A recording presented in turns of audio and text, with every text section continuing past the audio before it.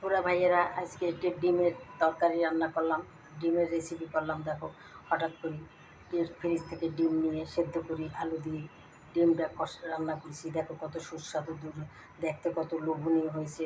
হলুদ, মরিচ, আদা, রসুন এবং পেঁয়াজ, কাঁচামরিচ এবং জিরা, ধনিয়া এসব দিয়ে আমি ডিমটাকে রান্না করেছি বন্ধুরা। সম্পূর্ণ বিবরণী বড় ভিডিওতে আছে, তোমরা দেখে নিও বন্ধুরা যদি দেখার ইচ্ছা থাকে। আর যদি তোমাদের কাছে আমার এই ডিমের রেসিপিটা ভালো লাগে তাহলে অবশ্যই আমাকে একটা লাইক দেবে, আর আমার চ্যানেলটাকেও সাবস্ক্রাইব করে দেবে এবং শেয়ার করে দেবে। তাহলে বন্ধুরা, নতুন নতুন বন্ধুরা দেখবে আর আমি সুন্দর সুন্দর ভিডিও নিয়ে আসবো। তাহলে আজকের মতো রাখি বন্ধুরা। আসসালামু আলাইকুম, খোদা হাফিজ। যে যেখানে থাকো ভালো থাকো, আল্লাহর কাছে দোয়া করি।